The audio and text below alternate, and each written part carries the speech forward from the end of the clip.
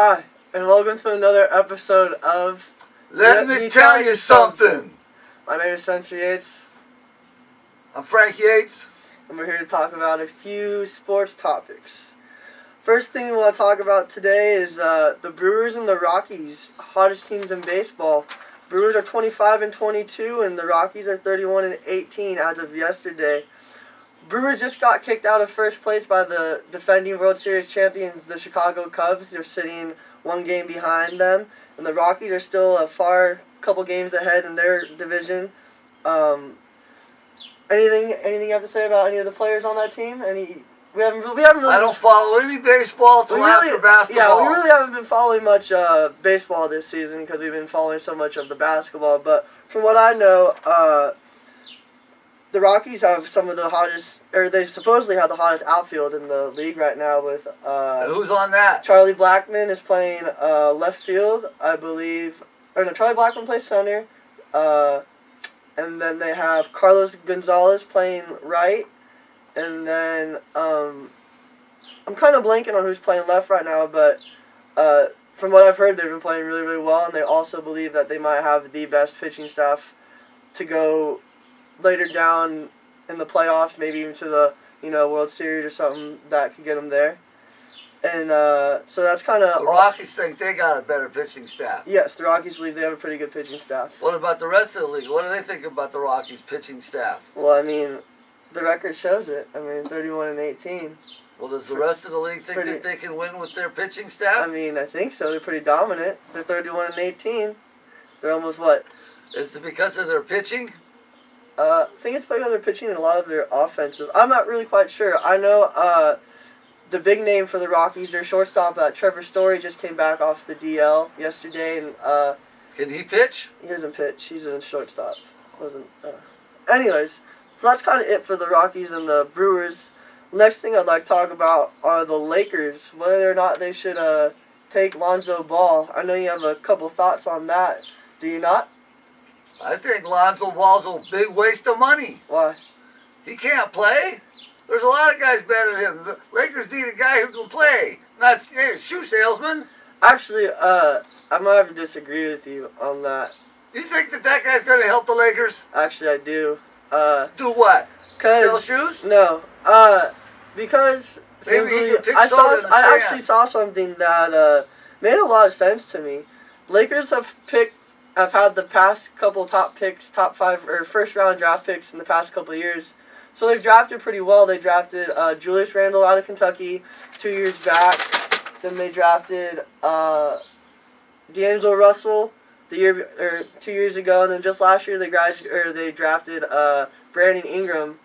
And all three of those players are very different type of players. You got a power forward in Julius Randle who could benefit from Lonzo Ball because Lonzo Ball isn't really much of an offensive threat. Lonzo Ball doesn't really look to score. Lonzo looks to pass. In other words, I could do what he does. Anyways, yeah, you could, I guess. Okay, and I'll do it for half the money. You could do it. You could do what he does. Okay. But maybe not as quickly or as good as as Lonzo. I got to give you that. But they're saying... I can throw the ball away just as good, too. Yeah, you could, actually. Okay. But they're saying that the best option is moving D'Angelo Russell, who was the point guard last year, out to the shooting guard. And the Lakers did that last year in one game, and D'Angelo scored over 40 points in one game, and they beat the Cavs. So they might be onto something right there. And D'Angelo Russell and Lonzo Ball are two different types of guards. D'Angelo wants to score.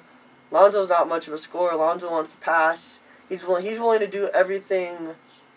The other guy isn't. Isn't, right. So to some point, I feel like there could be something brewing in a good sense down there in LA. But the only problem is LeVar Ball. He just he kills the vibe for everybody. Just him being so obnoxious and well, that guy's not worth the powder it takes to blow him to Iceland. The dad.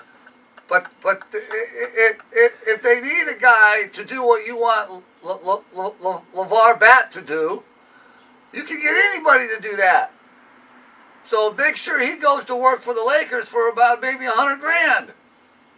What's he worth for a whole season to see what he can do? Mm-hmm. He's just a kid. He's not tough. He can't play in the NBA. They're going to eat him up. Too slow. You got to be tough. I mean, even Lowry, how he plays, a little guy, Bulk won't even get to that. But if you think he's to bring the ball down and not dribble off his foot too many times and make a few passes and shoot that, whatever it is he has, that reverse off the left side, backwards, upside down shot of his, let him do it. Mm-hmm. We'll see what the Lakers. So the Lakers wouldn't be better served with a stronger power forward. No, they already have too many power forwards. They have too many power forwards. Maybe trade one? Mm-mm. All their power forwards are really young and better than all the upcoming power forwards coming in this class. They have the guy they drafted second round last year. That is, I'm not sure what his last name is, but Djokovic or something like that.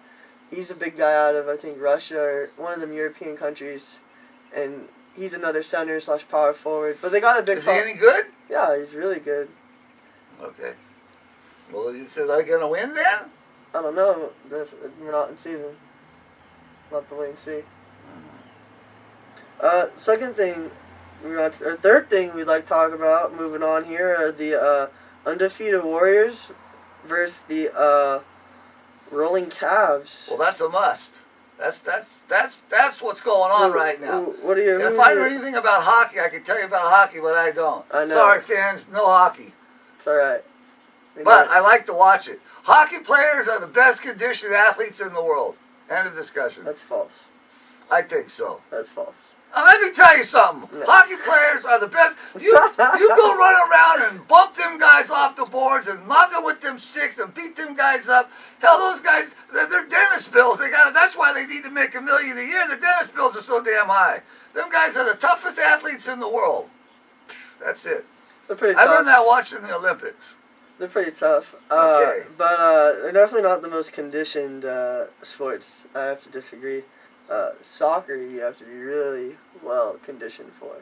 Those guys run up and down. I understand what you're saying. Soccer, I really do. They do a lot of running around, but they don't do the banging and the beating and the bruising part. Okay, there's a little hit there. I know they got no pads or whatever. They do the banging and the bruising, not like they do in hockey. It's different. Man, that guy standing there, they come up and plow him into the wall. Well, so what are your thoughts on the Cavs and the Warriors finals? We kind of got off. What are my thoughts? Well, it's all relative.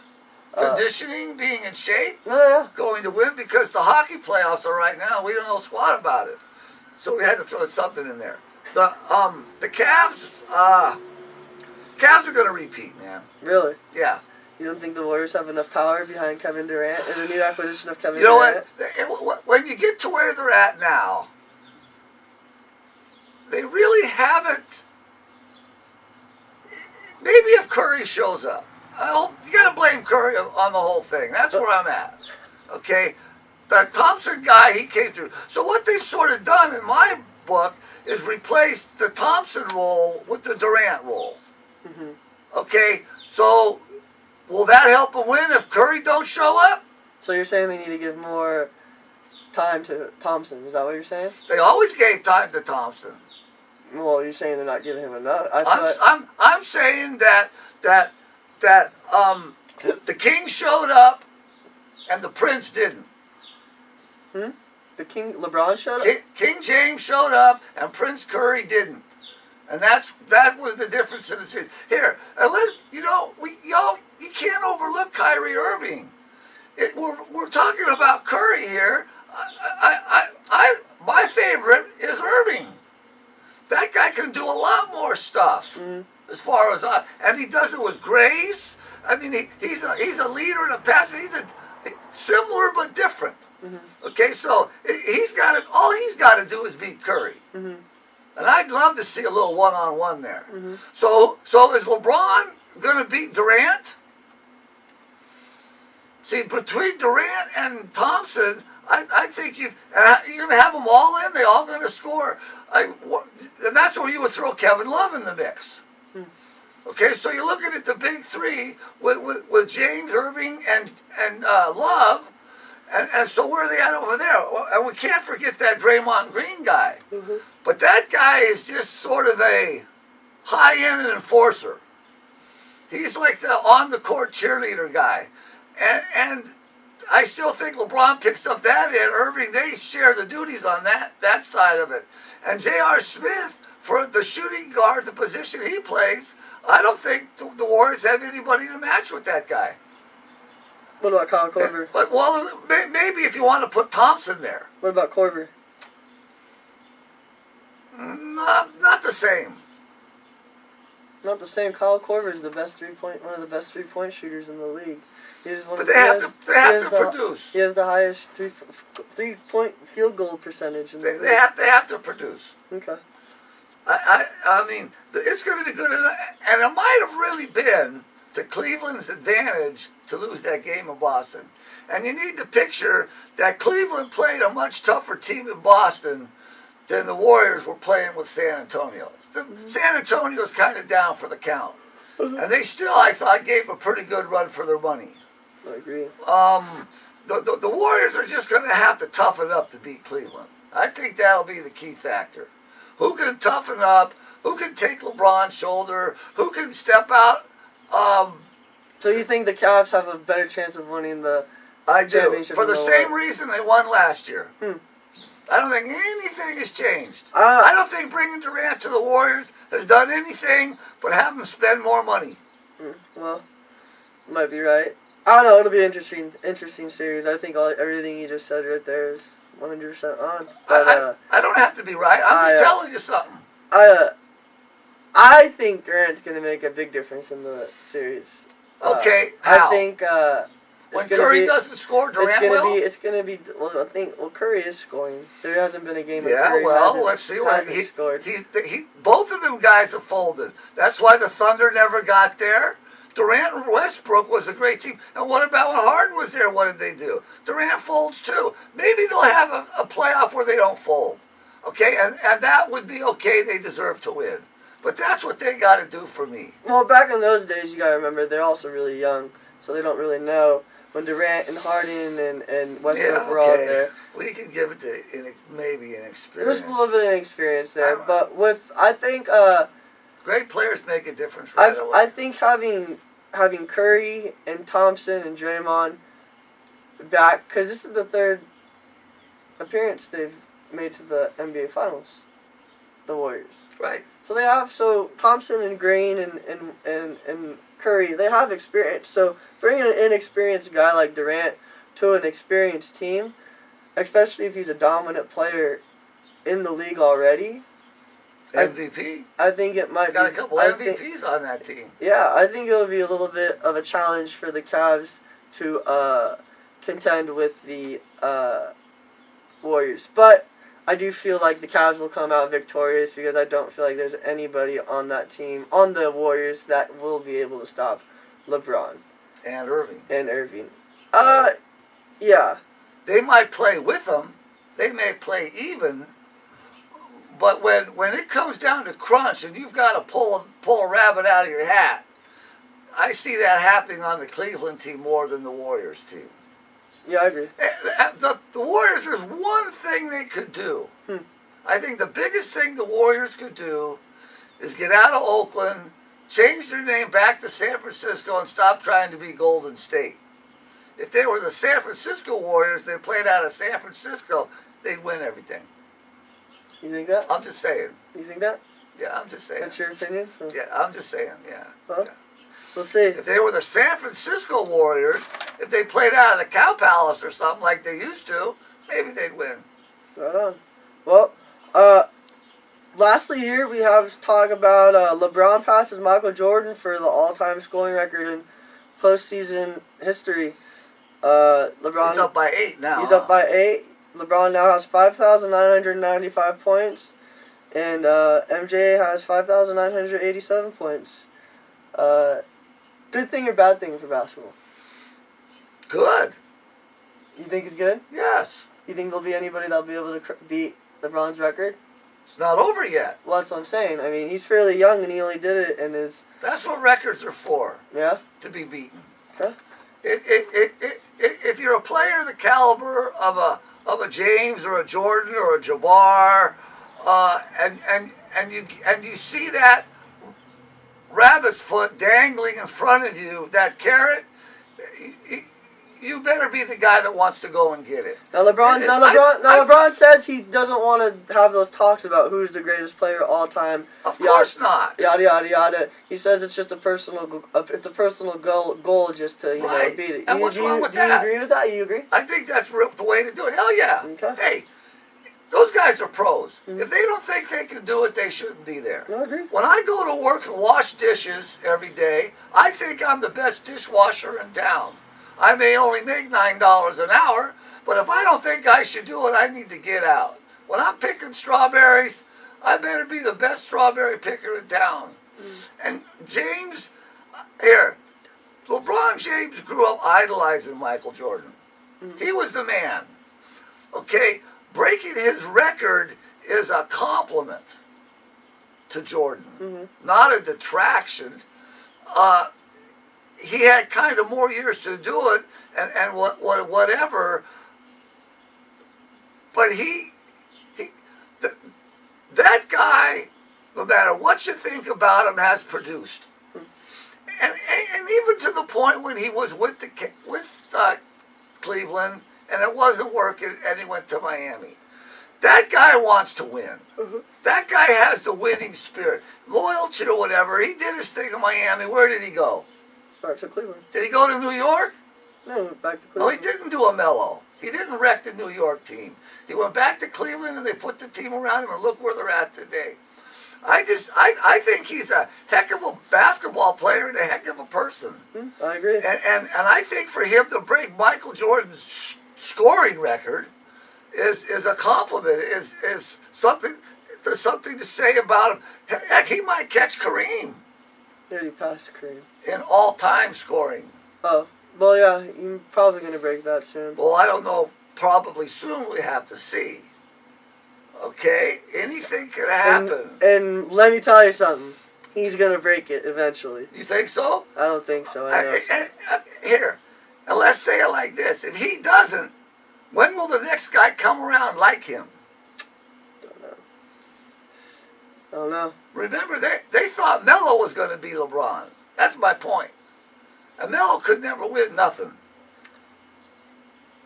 Yeah. Melo was too busy trying to just, I don't know, whatever he did, kind of halved it. And LeBron was the guy that took off, realizing they came from the same thing. Wasn't he the number one kid in the country? Melo? Carmelo Anthony out of high school was the top-rated college basketball player to go into college. Oh yeah. Okay, that's what I'm saying. And LeBron did, and so that guy has exceeded all levels. He rebounds. He shoots. He isn't a Westbrook and a Oscar Robertson, but he does what it takes. I think he puts the team first. I think when LeBron puts the shoulder down, goes to the basket, he wants his team to win. He doesn't care that he scored another basket. That doesn't mean he doesn't know about it. I thought it was a cool deal when he hit that three the other day. And what did he do when he broke the record? He put the finger up. So he's aware of it. Did you see that? He knows. He knows. He's aware of it. He knows. But that just shows he's paying attention and not trying to be all, coy and cute. But I'm sure he owes all of his respect and admiration to Jordan. There.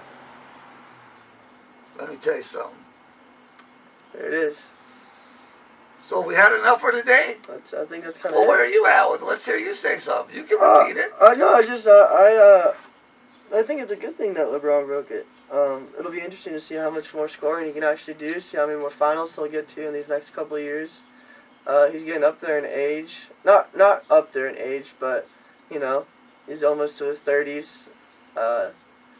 Let's see if he'll be able to play as long as Kobe did. That would be really cool.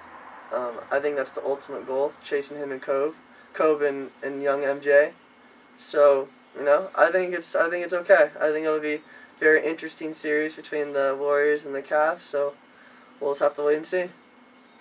Okay, wait and see. That was good. Yeah.